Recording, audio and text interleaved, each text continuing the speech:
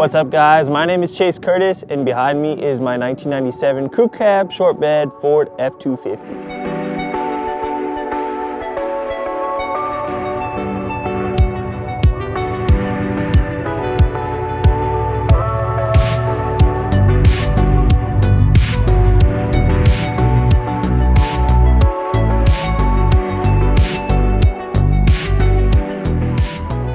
If this truck looks familiar, it probably should. I'm sure there's a couple of you guys just like me that followed the build along on Instagram over the last couple of years and has fallen in love with the truck just like I did. Therefore, I cannot take credit for a majority of the stuff done to it. I've only done a couple things here and there, more so for maintenance over the last month or so that I've owned this thing. But yeah, this is my dream truck and I'm super stoked to have finally acquired it. I've officially had the truck in my possession for just over a month now.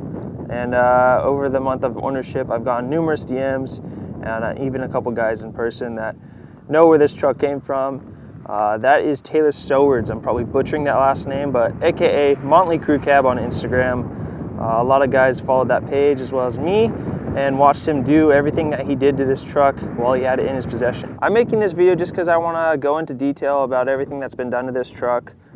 It's more than meets the eye. I'm not trying to take credit for anything that Taylor did. He put a lot of work into this thing and I appreciate it as the new owner of this rig. So I'm gonna go ahead and start with the front end. Lots of auto fab stuff going on in the front end of this truck. Taylor sourced some beams, trailing arms, as well as some other bits. A little bit of a backstory, I had an OBS almost identical to this, obviously not as done as this thing was, and I had plans to copy this build as much as I could. So I had also gone on AutoFab, and online there's not a lot available for a two-wheel drive F250. So I believe this is F-150 suspension stuff up front.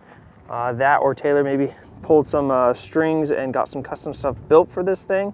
But yeah, I've gotten a couple messages from guys trying to copy this build. I know for a fact it isn't directly available on AutoFab's website, but I'm sure you can message them and they'll figure something out. Anyways, it has the AutoFab trailing arms and the beams up front, all supporting some Fox 3.0 internal bypass shocks. These things are pretty badass. The truck rides really good compared to my last truck, which just had some Bilsteins on it. Vital Designs out of San Diego, I believe, went ahead and did some bump stop extensions and some tweaks on the trailing arms, just support everything a little bit better and just, I think just to meet Taylor's wants and needs more than anything. Ocho Fab, also out of Southern California, went ahead and put together this badass skid plate. And then of course, the quite popular CP Attic mount for the Baja Designs lights up front. As far as the rear of this truck, you have a Deaver J40 spring pack, and that's paired with some Fox 2.5 x 9 piggybacks. Now, I'm not sure exactly who made this bumper. I had a pretty similar one from Docile Motorsports on my last truck.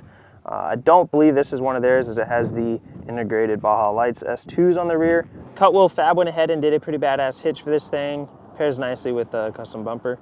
To go along with all the other Baja Designs lights on this truck, there's a Evil, I believe it's Evil Engineering, but if not, just EVIL online, you can probably find it.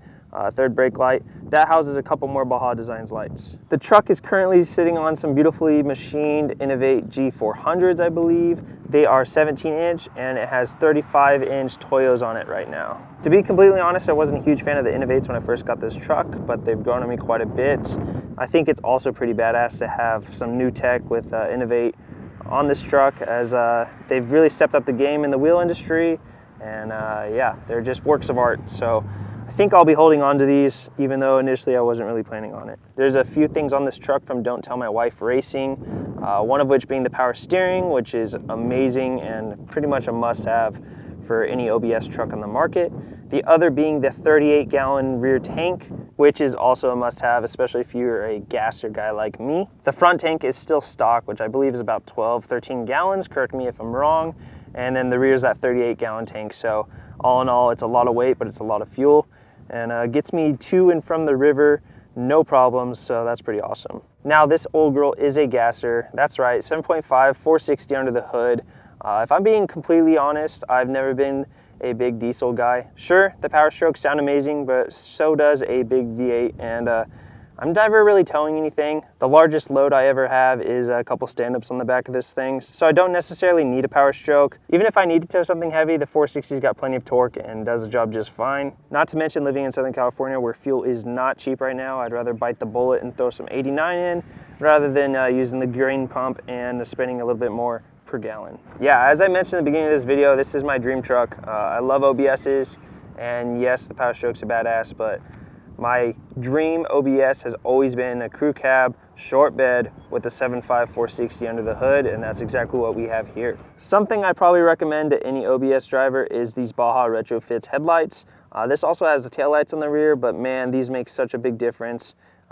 As I'm sure you guys know, the OEM headlights are not the best, but these things are so bright, and I would argue that the high beams on these are actually brighter than my Baja design lights. So it's pretty funny going through the desert at night. I'll throw the high beams on rather than the Baja pods just because I honestly think they're a little bit brighter. Now, for as much work there is on the outside of this truck and the suspension and whatnot, I think there's even more done to the interior of this truck, which is pretty rad. First thing I noticed when I got into this truck was the headliner that had just been done. It's beautiful and you can even smell it still. It's kind of funny hopping into an old truck and smelling some new interior. I believe Baja Junkie in San Diego is who did the suede on the roof of this thing, but I'm not 100% about that. Taylor also went ahead and pretty much gutted the interior. You could see that on the Motley Crew Cab Instagram page. He went ahead and soundproofed the best he could. After doing as much soundproofing as he could, he went ahead and put a bunch of strengthening supports on the door cards and whatnot. These things are pretty flimsy on the interior. They usually rattle a lot, but these things are solid. No rattling. The only rattling that ever comes from this truck is from this fire extinguisher holder right here. As you can probably tell, there is a full LED replacement inside this truck. That's with the dome lights, the door lights, and even the dash. So that is actually still available through Taylor. I believe he puts those kits together. Kind of funny, I actually ended up buying this LED kit for the whole truck for my previous truck about a week before I sold it. So I never really put anything in it, but ended up giving that bag to the guy that bought my last truck. The dash on this thing really excites me just because it's very OEM plus, I guess. You have the subtle additions with the switch panel for all the Baja lights throughout the truck. Then you have the Alpine head unit, which also houses a backup camera, which is pretty rad, as well as the rugged radio, which I have yet to figure out and use. I need to spend some time this weekend getting adjusted to that because I actually passed one of my buddies who's a trucker the other day, and it would have been funny to get on the radio and chat with him. This is my first time buying something that's already built and done to what I would probably do. So I'm kind of having a hard time figuring out what I want to do with this. I want to make it my own. That's why I was thinking about getting rid of the Innovates and throwing some different wheels on there, but like I mentioned, they've grown on me. So yeah, I think later down the road, I'll probably end up doing coilover mounts in the front. Obviously, I'd have to modify the buckets to do so, but I'll probably end up throwing a coilover up front on this thing. And then getting into the engine. This has low miles, it's just over 100K right now, so I probably won't be needing anything, knock on wood, for a long time. But when that time comes, I will plan on building up my bank account to do some work to the motor and just make this thing a little bit more fun to drive around. I actually sold my 2017 F-150 to get into an OBS, so compared to that, it's very acoustic and you feel more connected to the truck already, but I think it'd be fun to do a little bit of head work to the 7.5, throw a cam in there and just make it sound and feel a little bit more alive. So that's about it. That's everything I can remember and think of at the moment that's done to this truck. All in all, I'm pretty stoked. I love driving this thing. This is my daily, so I've put in about 2,000 miles on her already, and I couldn't be happier. So thanks for tuning in and checking out the truck. If you have any questions, leave it in the comments down below, and I will do my best to answer them. Stay tuned to this channel for more walkarounds on some rigs in Southern California, whether that's trucks, boats, UTVs, you name it. And thanks for watching.